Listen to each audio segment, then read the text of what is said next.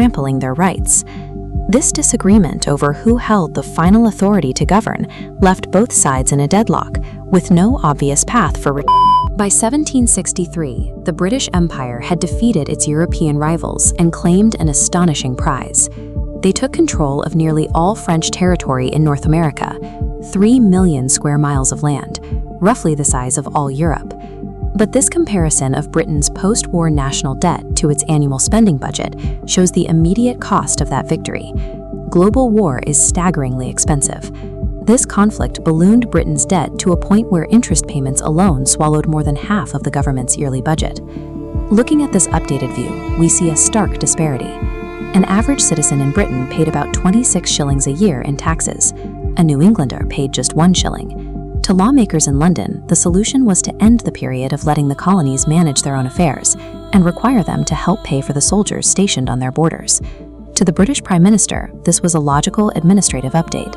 But to the Americans across the Atlantic, it felt like theft. They argued that because they had no elected representatives in the British Parliament, any new tax imposed on them violated their constitutional rights as British subjects. London saw colonies avoiding their bills. The colonists saw a distant government trampling their rights. This disagreement over who held the final authority to govern left both sides in a deadlock, with no obvious path for retreat. In 1765, Parliament pulled its first lever of control, the Stamp Act. They demanded a tax on virtually every commercial and legal document in the colonies, from newspapers and attorney licenses to playing cards. The British government expected mild grumbling. Instead, they got an uproar. The colonists, led by merchants, lawyers, and newly formed groups like the Sons of Liberty, lashed out. They organized widespread boycotts of British goods, flooded the streets with pamphlets, and physically attacked tax collectors until the British government backed down. But Parliament refused to give up its right to tax. When London passed the Tea Act a few years later to keep a monopoly on colonial trade, the Patriots retaliated immediately. In Boston, men disguised as Native Americans boarded merchant ships and dumped chests of British tea directly into the harbor. London's patience was exhausted. The government passed a series of harsh measures, known as the Coercive Acts. The Royal Navy blockaded Boston Harbor, the local government was dismantled, and thousands of British troops marched in to militarily occupy the city. Cramming an angry population and a hostile army into the same small space led to an explosion. When British troops marched out to seize weapons stockpiled by the local militias, the two sides finally clashed at Lexington and Concord, followed by the heavy slaughter of soldiers on Bunker Hill. Hundreds of men lay dead. After the bloodshed at Bunker Hill, the period of petitions and pamphlets ended. The dispute was now being settled by force. With bullets flying, the colonists' goals shifted. A radical British immigrant named Thomas Kane published a pamphlet called Common Sense. Written in plain English, it mocked the entire concept of a monarchy and argued that the colonies should govern themselves as an independent republic. It sold hundreds of thousands of copies, persuading ordinary farmers and merchants that reconciliation was impossible. In Philadelphia, the Continental Congress finally crossed the ultimate threshold. On July 4, 1776, they adopted a formal Declaration of Independence. 56 delegates signed their names, committing treason against the crown and legally separating the 13 colonies from the motherland. King George III responded to this treason with force. Britain dispatched the largest expeditionary force in its history toward New York City. 32,000 soldiers and 12,000 sailors converged on the coast aboard a fleet of 400 ships. George Washington attempted to defend the city, but his newly formed Continental Army was outmatched.